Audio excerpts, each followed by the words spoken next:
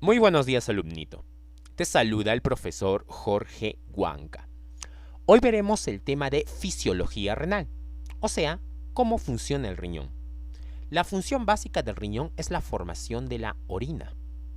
En términos simples vamos a ver cómo el riñón forma orina. El riñón forma orina en la nefrona mediante tres procesos: filtración, reabsorción y secreción.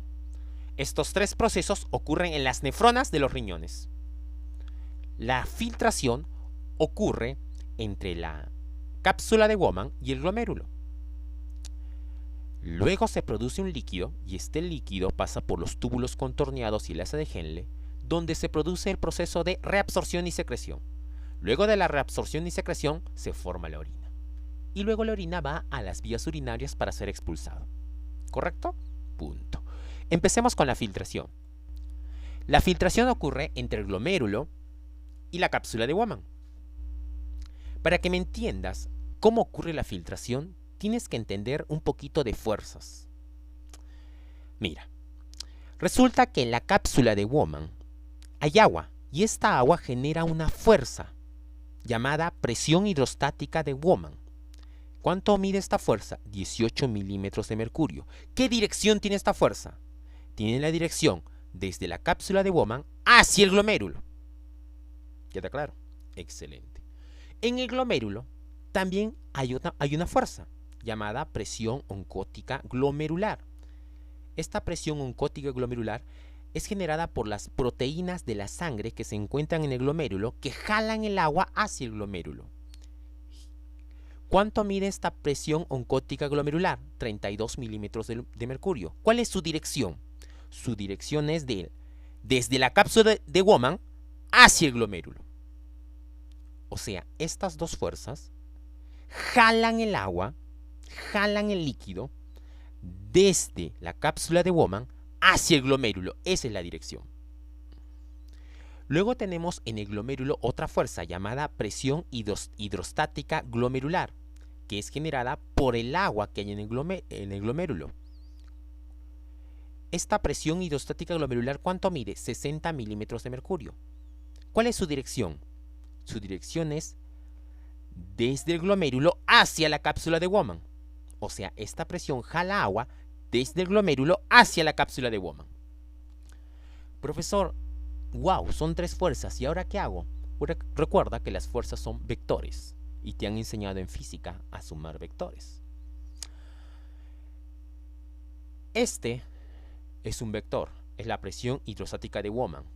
Y este es otro vector, es la presión oncótica glomerular. Ambos vectores tienen la misma dirección, sí. ¿Tienen el mismo ángulo? Sí. ¿Puedo hacer suma simple de vectores? Correcto. Suma simple de vectores. 18 más 32, ¿cuánto es? 50.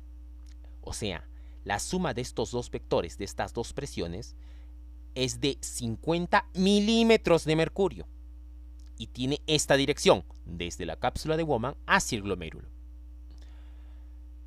Pero tenemos otro vector, que es la presión hidrostática glomerular, que es de 60 milímetros de mercurio. Esta tiene dirección contraria. Va desde el glomérulo hacia la cápsula de Bowman. Si este es 60 y la suma de estos dos es 50, y son vectores opuestos, ¿qué debo hacer? Resta simple de vectores. Esto vale 50, la suma de estos dos vale 50 y esto vale 60. 60 menos 50, ¿cuánto es? 10. ¿Y cuál sería la dirección del vector resultante? La dirección la asume de acuerdo al vector con mayor fuerza. ¿Cuál es el vector con mayor fuerza? ¿La suma de estos dos o 60? 60. Entonces la presión neta de filtración va desde el glomérulo hacia la cápsula de Bowman. ¿Y tiene un valor de cuánto? De 10 milímetros de mercurio. Con esa fuerza, el líquido de la sangre es filtrado hacia la cápsula de Bowman. ¿Hacia dónde? Hacia la cápsula de Bowman. ¿Queda claro? Excelente. Hablemos ahora de la reabsorción y de la secreción. Luego de la filtración ocurre la reabsorción y la secreción. El líquido después de la filtración llega al túbulo contorneado proximal. Las células del túbulo contorneado proximal empiezan a reabsorber del líquido diversas sustancias. ¿Qué reabsorben? En el túbulo contorneado proximal se reabsorbe bicarbonato, cloruro de sodio, 70% de agua, potasio, calcio, magnesio, 50% de urea, 100% de glucosa y aminoácidos. En el túbulo contorneado proximal ocurre la mayor reabsorción. Nunca te olvides de eso. Luego, el líquido llega al asa de Henle. El asa de Henle tiene una porción descendente completamente delgada y una porción ascendente delgada y gruesa. En la porción descendente completamente delgada solo se reabsorbe agua. Y en la porción ascendente delgada también solo se reabsorbe agua. Pero en la porción ascendente del asa de Henle, porción gruesa, ascendente gruesa, ¿qué se reabsorbe? Se reabsorbe cloruro de sodio, potasio, calcio y magnesio. No se reabsorbe agua. Luego, el líquido llega al túbulo contorneado distal. En el túbulo contorneado distal, ¿qué se reabsorbe? Cloruro de sodio. Y también en el túbulo contorneado distal ocurre secreción.